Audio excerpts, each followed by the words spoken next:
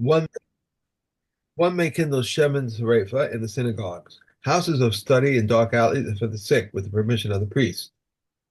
If the daughter of a non-priest who married a priest requests a father's house, a father may kindle with her permission. One may kindle in a house where there is a feast, but not in a house of mourning. So says Rabbi Yehuda. But Rabbi Yossi says in a house of mourning, but not in a house where there is a feast. The mayor forbids it in either place, and Rabbi Shimon permits it in either place. Hadron Allah Maasros Tremos. Okay. And we have Maasros. Okay, Aleph Aleph. They established a general rule regarding the Maasros. Whatever is food and is guarded and grows from the soil is liable to Maasros. And they established another general rule. Whatever is food at the beginning and is food at the conclusion, even though he keeps it to increase the food, he is liable, whether small or large. But whatever is not food at the beginning, but is food at the conclusion, is not liable until it becomes food. When do fruits become liable to Maasros? Figs when they reach the bochel stage, grapes and wild grapes at their incipient maturity, sumac and mulberries when they become red, and all the red fruits when they become red. Pomegranates when they soften, dates when they swell, peaches when they show veins, nuts when they form a store, and Yehuda says nuts and almonds when their skin has been formed. You said yesterday, I think you said something about mulberries were like strawberries. Yeah. Is that what you said? That Well, that's modern Hebrew. I'm saying what they. I'm not going to argue with how they've translated the Mishnaic Hebrew because a oh, lot of terms got a lot of terms are not the same nowadays as. that's right. Okay. Okay. Um, Mishnah Gimel, Charuvin. So we're continuing the same topic of discussing when um, when produce is liable to Chumas and Maasros. Okay, in terms of their development. Remember, there's another criterion, which is you're even when it's ripe, you're allowed to eat a chance meal in the field. It's only when Right. you bring it in, and we'll see more of that today. Um, okay, so talking about the ripeness of fruits, Charavin Mishe Yinakdu, when they get spotty. That's apparently part of the. I've never particularly noticed. I mean, we have carob trees growing all around, um, but we don't have. But I've never noticed that the pods get spotty. But okay. V'chol hashchorim misha yinakru. Same thing with all these dark fruits when they start getting misha yinakdu. Sorry, I said yinakru. From the time when they get spots. Mhm. Maybe that's part of the development on the way to from transitioning from green to brown. That might be what's happening. Okay. Ha'agasim v'ha'krustamelin v'ha'parishim v'ha'uzradin. The the pears and Crystalline is apparently another form of pear. Prishim, I think, are quinces, and Uzradin they're like small apples. Misha They, yikarhu, they say appears peepums and a kind of small wild pear, quinces, yeah, appears fruit. right. Right, Misha yikarhu, from the time that they become bald. In other words, they start developing with a like a faint hair on them, right? And then right. they become ripe, the hairy part falls off. Levanim, misha yikarhu, and also other white fruit that that also has hair as a part of its development. Once the hair falls off, that's a siman that it's ripe. Tiltan fenugreek, misha tetsameach. Misha tetsameach.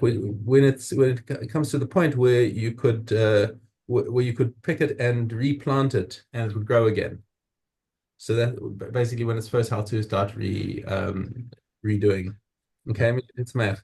Tavua v'hazeisim, grains and olives, misha yachnisu shlish, from the time that they reach a third of their ripeness. Okay.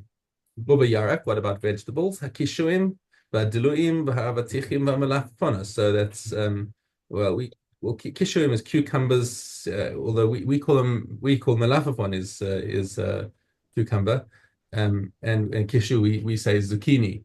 Um, But Deluim is good. Abatichim, melons, and Melafophonus is uh, well, all of these are similar kind of vegetables. Okay. Tapuchim va'etrogim, also of the tree fruits, apples and etrogim. Chayavim gedolim uketanim. They are edible, small and big. Interesting. Did you know that? Apples, not. I'm not sure I go along with that, but okay. They call it the crab apples. They have crab apples, which I think are small. Yeah, but this is Like, talking about just apples. Mm. So this is what we're talking about there. We're saying similar to carrots, that they're edible, small and big, and they can be and if you no matter when you pick them, they're liable to tribus and Maasros. Okay, Rabbi Shimon, Poter esa etrogim bekotnan. He says etrogim are not edible when they're small, and therefore, if you did pick them when they're small, there's no Maasros, and the halacha does not follow him. Now, he has some two interesting species which are sort of juxtaposed with each other. There are bitter almonds and sweet almonds. And bitter almonds have to be eaten when they're young. Otherwise, if they get big, then they get bitter. But regular almonds don't taste good until they're ripe. I don't think I've ever seen a bitter almond. I haven't eaten them. I Hmm. don't think there would be much profit in farming them. Right, right.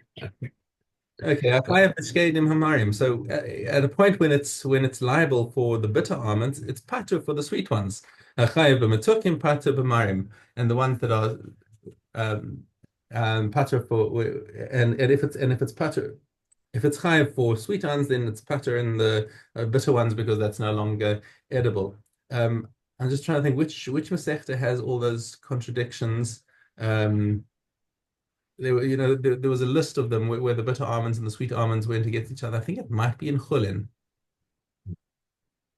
Okay, I don't remember exactly, but anyway. Ezehu Gornan Lemasros. What is considered the Goren? Okay, so now the Goren is what we hinted at earlier. Is that's the point when you can no longer have a chance snack. Okay, so if you're walking in the field and you feel like chewing on some wheat kernels while you're busy harvesting, 100% legit.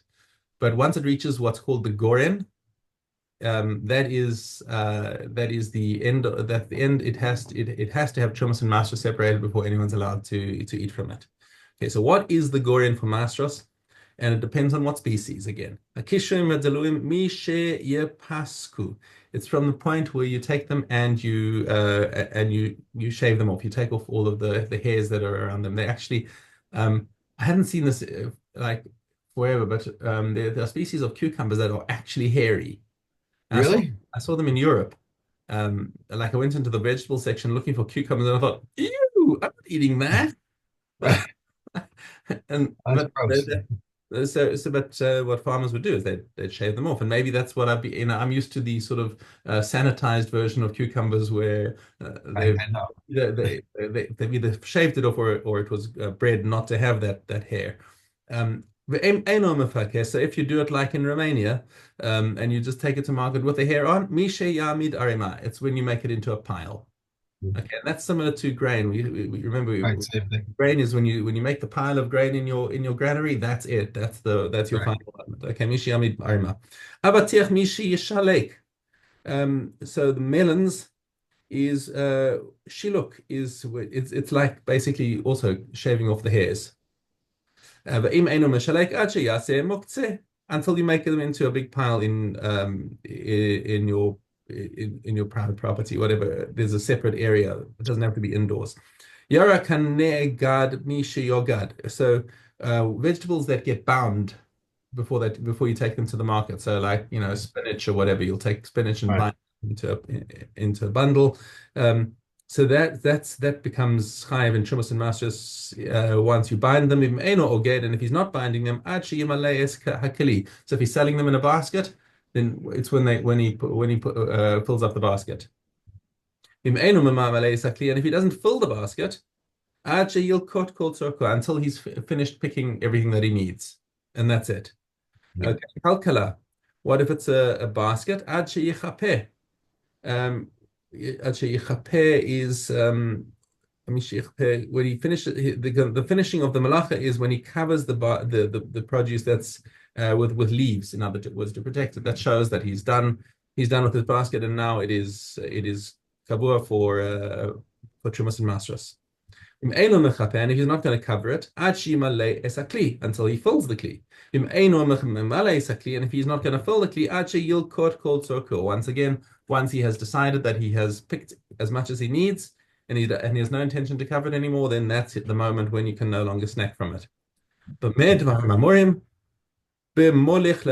is all talking about somebody who's going to sell his produce in the shuk. Okay. But if he's just picking it to take home,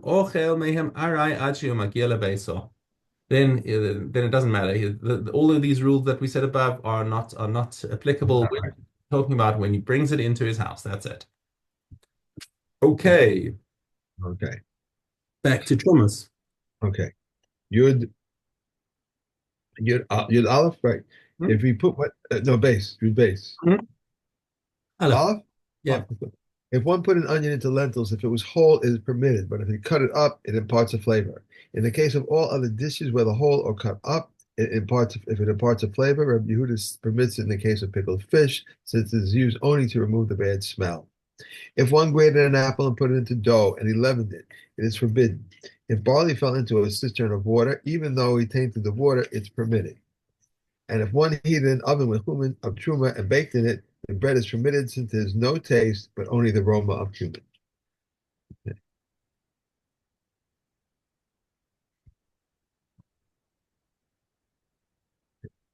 No. Hold on. Right. You did Dalit as well. Right, yeah, I'll base Gimel, didn't I? Because the aroma of cumin is Mishna Dalit. Oh, so I went one ahead. Okay, Let's sorry. bookmark back before Dalit for tomorrow. Okay. Okay. We are now in Shavuos. Okay, here we go. Okay. Uh, if one had produce in the seventh year and beer time arrived, he allots food for 3 meals for each, and the poor may eat after each beer, but not the rich. So says Rabbi Yehuda. Rabbi Yossi says both the poor and the rich may eat after beer. If one inherited seventh year produce or received it as a gift, Rabbi Eliezer says it should be given to whoever will eat it. But the comments say the sinner should not benefit; rather, he should be sold to them, those who eat it, and the money be distributed to anyone. If he eats from seventh year dough before challah has been separated from it, he is guilty of debt. The seventh year cancels a loan, whether it's secured by bond or not. Credit granted by a shop is not canceled, but if it was converted into a loan, it is canceled. Rabbi Yehuda says the first is canceled. The wages of a hired worker are not canceled, but he converted them into a loan. It is canceled. Rabbi Yossi says any work that must cease with the seventh year is canceled, but whatever need not cease with the seventh year is not canceled. Okay. Okay. Hiya. Hey, hey, base. The water conduit which cannot be reaped as one, Rabbi Yehuda says, it forms a division. And all the hills that were dug with the matak, even though the cattle cannot pass with his implements, he gives pay for the whole. Everything forms a division for seeds, but only a fence forms a division for trees. And if the branches are intertwined, it does not form a division, and one gives one payer for the whole. And as for the carob trees, whichever sees one another, Rabbi Gamil says, in my father's house they used to get payer for the olives that had in each direction, and one for the carobs which saw one another.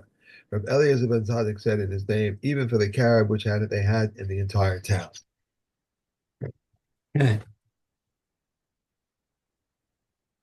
Okay. And we are on to Olios.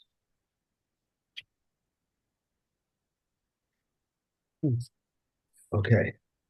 Vav. Yud Daled Vav. In a case where the ledges are handbreadth wide and there are no handbreadth between them, if tuma is underneath them, then underneath them becomes tame. If there is tuma between them or above them, opposite it, up to the sky, becomes tame. If the ledges are less than a handbreadth wide, tuma penetrates upward and downward, regardless of whether there is a handbreadth between them or not, and regardless of whether tuma is underneath, between, or above them. The same rule applies to two curtains that are a cubed handbreadth above the ground. A thick garment and a thick beam do not spread tuma unless they are a handbreadth above the ground. If the garments are folded one on top of the other, tuma does not spread unless the upper one is more than a handbreadth above the ground.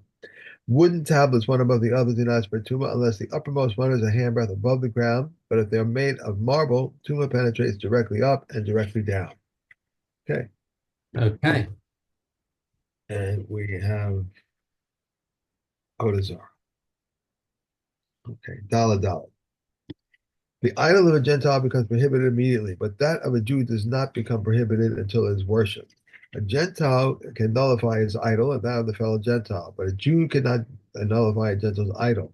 If one nullifies an idol, he has nullified his accessories. If he nullified an accessory, his accessories are permitted, but he remains prohibited. How does he nullify it? If he cut off the tip of its ear, the tip of the nose, or the tip of its finger, and he dented it, even though he did not diminish it, he has nullified it. If he spit in front of it, urinated in front of it, dragged it through mud, and threw excrement at it, it is not nullified. If he sold it or gave it as a pledge, the Rebbe says he has nullified it, but the Kukum say he has not nullified it. And an idol was abandoned by its worshippers. If this occurred in time of peace, it is permitted. For benefit in time of war, it is prohibited. Royal pedestals are permitted because they erect them only when the kings pass. Okay. Okay, yep. And finally, Yeah, vamos. Okay. Give above. If there were three brothers, and two of them were married to two sisters, and while one was married to a stranger, if the husband of one of the sisters died, and the one married to the stranger married his wife, then died, the first one is discharged as his wife's sister, and the second as her co-wife. If you perform mama with her and then died, the stranger requires chalitza, but may not be taken in yibum. If there were three brothers, and two of them were married to two sisters, while one was married to a stranger, if the one married to the stranger died, and the husband of one of the sisters married his wife and then died, the first one is discharged as his wife's sister, and the second is co-wife, as her co-wife. If he performed mama with her and then died, the stranger requires chalitza, but may not be taken in yibum. There were three brothers, and two of them were married to two sisters, while one was married to a stranger. If the husband of one of the sisters died, and the one married to the stranger married his wife, and the wife of the second one then died, and that one married to the stranger died, she is forbidden to him forever, since she was once forbidden to him. If there were three brothers, and two of them were married to two sisters, while one was married to a stranger, if the husband of one of the sisters divorced his wife, and then the one who was married to the stranger died, and the divorced brother married her and then died, about this it was said, if any of them died or were divorced, their co-wives are permitted. If any of them had been the subject of a questionable betrothal or divorce, the co-wives require chalitza, but may not be taken in yibum. How is that the betrothal was in question? If he threw the betrothal to her, and there is doubt whether it was closer to him or closer to her, this is questionable betrothal. How is it that the divorce was in question? If he wrote a bill of divorce in his own hand, but without witnesses, or with witnesses without a date, or with a date but without only one witness, this is a questionable divorce. okay, and we done. I was asking before you went off. I don't know.